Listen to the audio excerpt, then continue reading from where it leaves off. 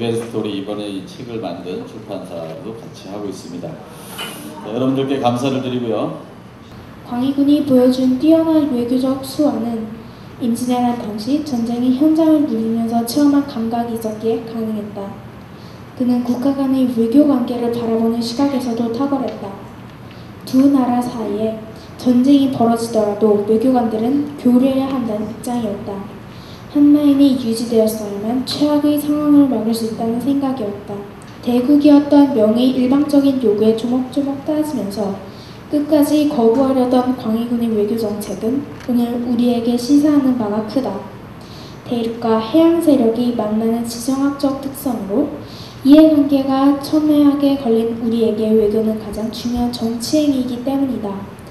교육학, 역사, 철학, 문학, 정치학의 영역을 넘나들게 지금도 요즘 공부를 하고 있고요. 할머니의 아버지는 동학난이라고 그랬어요. 동학난 때 집안이 풍비박산났다. 할머니가. 그리고 1950년 6.25 전쟁. 그때 그 당시에는 6.25 사변이라고 그랬겠죠. 6.25 사변 때 시장 가서 미군인지 아닌지, 미군이겠죠. 공군 폭격기의 파편에 오른쪽 팔 등을 맞아서 7월 달에 50년 7월에 수술을 못해서 할 수가 없는 처지였겠죠. 그래서 오른쪽 어깨까지 이렇게 톱으로 잘라내요. 찬빗으로 쪽머리를 하고 비녀 꽂아서 똘똘똘 말아들였어요. 그때마다 할머니 왜 그걸 제가 했냐면 지금 생각해보면 할머니가 옛날 얘기를 조곤조곤 저한테 했거든요. 찬빗으로 빚으면 오래 걸리잖아요. 이게 오래 걸리게 쭉쭉 빚으면서 무슨 얘기를 했냐면 동학의 이야기와 6.25 이야기를 했죠. 그러면서 할아버지 이야기까지 들었어요. 할아버지가 44년도 무슨 일이 있었냐면 우리나라에 44년도에 우리나라에 일본이 징병제가 실시됩니다. 피를 사랑하지 않아요. 피를 사랑하는 순간 대한민국이 어떻게 돼요? 적폐가 쌓인다고 생각하거든요. 전 누굴 좋아할까요? 끊임없이 대화에서 나이가 들도록 통할 수 있는 사람. 바로 어떤 분들? 네. 그렇죠. 바로 오늘 여기 오신 분들은 선택받은 거예요. 저한테. 옛날 고리타분한 고리짝 시절처럼 서론, 본론, 결론처럼 글 쓰는 거 아니에요. 화두를 던지는 겁니다. 역사도 제가 화두 던지면 이런 거잖아요. 계백장군이 좋은 놈이야, 착한 놈이야, 미운 놈이야? 정답이 없죠. 왜? 각자의 생각이니까. 저는 가정 파괴범, 악질적인. 역사는요, 다 어휘적 개념이에요. 어휘를 이해하면 역사가 행간이 채워져요. 판이죠. 벌자 뒤에 판이 붙죠. 벌판에 뭐가 없어요, 그러니까? 네, 장애물이 없죠. 자, 그럼 우리가 도식적으로 무조건 암기했던 신라의 5만 대군에 맞서서 계백이 5천 결사대로 이겼다. 4번이나. 사실이죠, 이건. 이것만 사실이에요. 가족 죽인 것보다 더 중요한 게 뭐예요? 나라를 위해서 계백이 죽어줬기 때문에. 뭐가 앞서는 거죠? 충이 앞섰죠. 유교의 덕목 중에 가장 중요한 게 뭘까요? 충이죠? 아닙니다. 유교는 효예요. 당나라 소정반이 13만 대군을 이끌고 경기도 앞바다의 덕물도에서 내려옵니다. 어디로? 태안반도 거쳐서 금강, 하구, 기벌포까지 무려 13만 명이. 당나라에서. 왜 조선은 수레가 없고 우리는 수레가 없어요? 백성이 이동하면 통제가 어렵죠. 통제가 어려우면 군주가 힘든 거예요. 역사를 제대로 배우면 위정자는 국민을 통제할 수 없어요. 그래서 역사는 무슨 과목? 단순 암기 과목으로 전락시켜줘야 돼요. 5,000명은 어떤 아이들일까요? 계백장군과 함께 동거동락을 했던 사람들이죠. 그렇기 때문에 뭐가 가능해요? 깃발만 보면 움직일 수 있죠. 영조가 52년 동안 왕을 했죠. 32살에 왕을 해서 84살에 죽습니다. 근데 이 사람이 왜 이렇게 오래 살았어요? 3가지를 해요. 3가지. 소식이죠. 그리고 뭘까요? 잠을 적게 잡니다. 쪽잠으로 자요. 왜? 그때마다. 또 하나는 뭘까요? 겨울에도 찬물로 샤워하고요. 그 다음에 밥을 우리처럼 많이 처먹죠. 의자왕, 예, 의자왕 때 궁녀가 3,000명이라고 나와 있지만 이거는 16세기, 17세기 조선의 사대부들은 뭘까요? 탁상물림이죠. 책상물림이죠. 현장에 가보지 않고 그냥 얘기하는 거예요. 영조 때 우리나라의 궁녀, 환관과 궁녀가 600명이었어요. 제가 어릴 때 꿈이 뭐였냐면 TV 다 있잖아요. 우리가 TV 나오는 거, 책 쓰는 거, 또 하나는 뭘까요? 사람들 앞에서 하고 싶은 얘기하면서 사는 거. 조선 사대문 안에 600명밖에 안 살았는데 남자 아이들은 더군다나 뭐도 했는데요? 출퇴근까지 했는데 그러니까 삼천궁녀는 있지도 않다. 그러니까 의자왕의 황금무도왕, 타락한 군주의 이미지를 세우기 위해서 누가? 조선의 사대부들이 결국 신라에서 머물고 있어요. 우리가 모든 제도가 언제? 1000년 전에 신라가 섬긴 나라가 어디죠? 당나라죠. 고려가 섬긴 나라는 어디예요? 그때마다 달라요. 우리도 그때마다 섬기는 나라가 달라야 돼요. 장진호에서 포위됐던 미군 미해병대가 3만 명이 8,000명의 전사자를 내고 뚫고 흥남에서 철수하는 그때 노래가 나오잖아요. 유명한 노래, 그죠? 현인이 불렀던 굳세어라 금수나. 미국의 자존심에 상처를 받았거든요. 본토는 아니지만 미국 땅에 직접 공격해서 수백 명의 병사를 사상낸 건 일본이 최초예요. 히틀러보다 히로히토가 더 밉다고 생각해요. 우리 교과서에는 히로히토가 안 나옵니다. 히틀러는 우리가 왼수죠.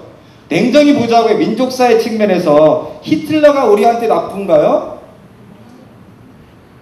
히로히토가 더 나쁘죠. 유대인 600만 명 죽은 것은 세계인으로서 봤을 때 나쁜 거지 한국인으로서 봤을 때는 조금 더 한 발 뒤에서 볼 수 있는 여유가 생기죠. 모든 정치적 행위는 역사는 경제와 직결합니다. 50년대 왜 공장이 안 생겼다고요? 미국 때문에. 왜 미국 때문에 공장이 안 생겼어요? 미국이 일본을 농업국가로 만들려고 했는데 실패했죠. 그러니까 거기에서 뭐가 나온 거야? 제일모직, 제일제당 이런 게 나온 거죠. 거기서 돈 버는 군빈 갖다 주라고 미국에서 무상 원주 해준 돈을 이승만 정부가 빼돌려서 그거 가지고 대기업한테 불화해 준 거예요. 어디서 그걸 퍼갔을까요? 그 당시에 국회의사당은 여의도에 없었습니다. 60년대니까. 충무로에 있었다가 지금의 서울시 의회가 국회의사당 바뀌었는데 탑골공원에서 김두한이가 쇼맨십이 있어서 탑골공원 뭐의 상징? 3.1운동의 성지잖아요. 역사는요, 우리가 아는 모든 역사적 지식은 10%도 사실이 아닐 수도 있어요. 올 여름 휴가 때 우리나라 문재인 대통령을 비롯한 국무위원들이 이 책을 다 읽을 수 있도록 여러분들이 적극 책을 한 권씩 보내주세요. 그럼 될 것 같아요. 그죠? 대통령한테.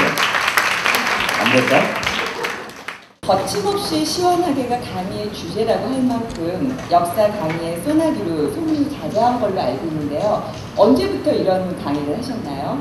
15년 전부터 강의를 했는데 제가 원래 이렇게 말을 시원하게 던지는 스타일은 아닙니다. 되게 소심해요. 아까 말씀 뒤끝있는 분들이 소심해서 말을 못 던지는 경향이 있거든요. 근데 어디만 올라오면 말을 잘하느냐? 무대만 올라오면 말을 잘합니다. 왜 잘하냐면 내가 스스로에게 취해야만, 뜨거워져야만 듣는 분들의 가슴에도 그게 전달되잖아요. 영혼이, 울림이 있잖아요. 어떤 역사책이 좋은 책인가요는 어떤 관점으로 역사를 이해해야 할까요와 연결이 되는 걸로 알고 있는데요. 작가님께서는 어떤 방식으로 역사에 대해서 이해를 하고 계신가요? 저는 역사를 아까 말씀드렸지만 행과 행의 사이를 채우고 싶어서, 여백을 채우고 싶어서 역사를 하는 거거든요.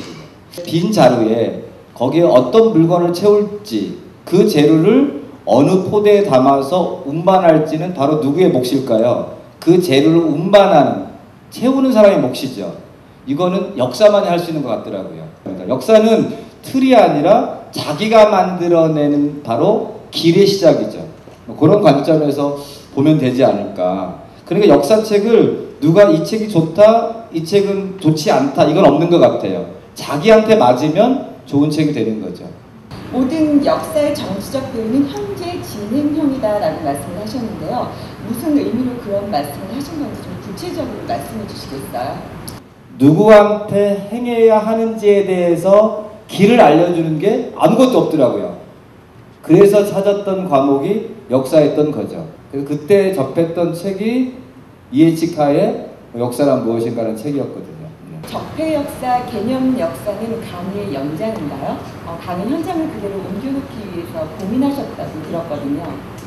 강의 현장을 담아내기는 어려웠지만 느낌은 전달하려고 많은 애를 썼죠. 네. 제목 자체가 사실은 원래는 역사 파파였는데 2017년 대선을 치르면서 출판사 아까 우리 어디 가셨어? 책 많이 팔린다며요. 적폐 역사. 네, 그래서 네, 제목을 적폐라는 단어를 넣게 된 거죠. 작가님이 이렇게 강의를 하시잖아요. 그러면은 말하는 거하고 쓰는 것 중에 어떤 거에 더 이렇게 자신이 있으세요? 그렇죠. 말하는 것과 글 쓰는 것. 저는 개인적으로 말하는 것이 좀 더 쉬운 것 같아요. 글 쓰는 것은 왜 어렵냐면 쓰고 나면 고치고 싶잖아요. 말은 죽이 되든 밥이 되든 한번 던져놓으면 어쩔 수 없잖아. 이 시위로 날아가는 화살이니까. 근데 넓은 대화를 위한 광의의 소통, 그 방법으로 말하기를 하기 때문에 쓰기보다는 훨씬 더 말하기가 저의 어떤 그 감정을 전달하는데 유익한 것 같아요. 80년대 대학을 다니셨어요. 어느덧 30년이 지난 과거의 역사인데 그 시절의 대학생이라면 민주화 운동에 참여하기도 했을 텐데요. 역사를 공부하는 학생이라면 특별한 기억이 좀 남아있을 것 같은데 어떤 기억이 있을까요?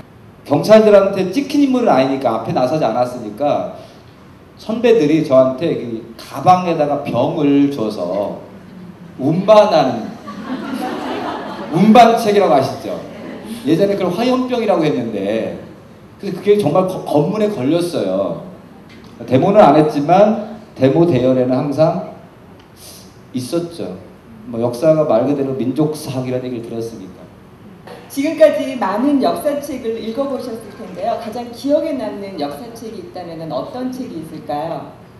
저는 러시아 문학을 되게 좋아했거든요. 러시아 문학 중에서 가장 재밌었던 책이 푸시킨을 좋아했어요. 배우의 딸이라고 있죠. 역사를 잘하기 위해서는 어떻게 하면 될까요? 특별한 방법이 있을까요? 꼭 독서가 필요한 이유에 대해서 말씀해 주신다면요. 독서를 읽은 아이들이 그걸 가지고 독서 능력을 가지고 학교를 선택할 수 있는 그게 미래 한국 사회의 동력이 되지 않을까. 그러니까 저는 다시 말씀드리지만 독서를 읽은 아이와 읽지 않은 아이는 나중에 결국은 어른이 돼서 평가할 것이다. 단언할 수 있습니다. 아까 말씀드렸잖아요. 책을 읽은 아이들은 절대 좌절하거나 절망하지 않고 난관을 극복할 수 있다라는 확신을 쓸 수 있어요. 모든 책은 아이들한테 뭐가 될 수 있어요? 약이 될 수 있다는 얘기죠. 앞으로 우리나라 역사 발전을 위해서 필요한 것은 무엇이라고 생각하시나요? 라이트 아시죠? 3호 라이트계요. 이분들이 사라져주는 날 저는 대한민국 역사가 바로 설 거라고 봐요. 루소도 칸트는 결혼하지 않았죠? 막스도 헤겔도 심지어 베토벤도 모차르트도 심지어 누구도 피카소도 절대 뭐예요? 개인주의예요. 여기서 개인주의의 나쁜 의미가 아닙니다. 자기를 위해서 노력하지 않는 한, 즉 다시 얘기하면 가족과 함께하는 한 목민심서는 탄생하지 못했을 거예요. 가족과 함께하고 업과 함께했으면 열하일기는 나오지 않았어요. 역사는 대한민국의 미래는 결국 누구에 의해서? 백수들에 의해서 움직일 거예요. 예, 고급 백수. 아이를 고급 백수로 만드세요. 역사책을 읽어야만 문학도 보이고 철학도 보이고 경제학도 보이고 정치학도 보인다. 내가 하는 학문만 뭐라고? 최고라고. 타인의 학문을 인정하지 않으려는 강단사학들의 문제다. 그들이 결국 대한민국의 또 다른 적폐일 수도 있다는 얘기죠. 정의로운 역사를 만들기 위해서 오름의 적폐 역사, 개념 역사를 적극적으로 밑줄 짝입니다. 적극적으로 추천해 주시고 홍보해 주시기 바랍니다. 정말 5만 부 나가면 북콘서트 멋있게 하고 만찬까지 준비를 하도록 저도 도와서 하겠습니다. 고맙습니다.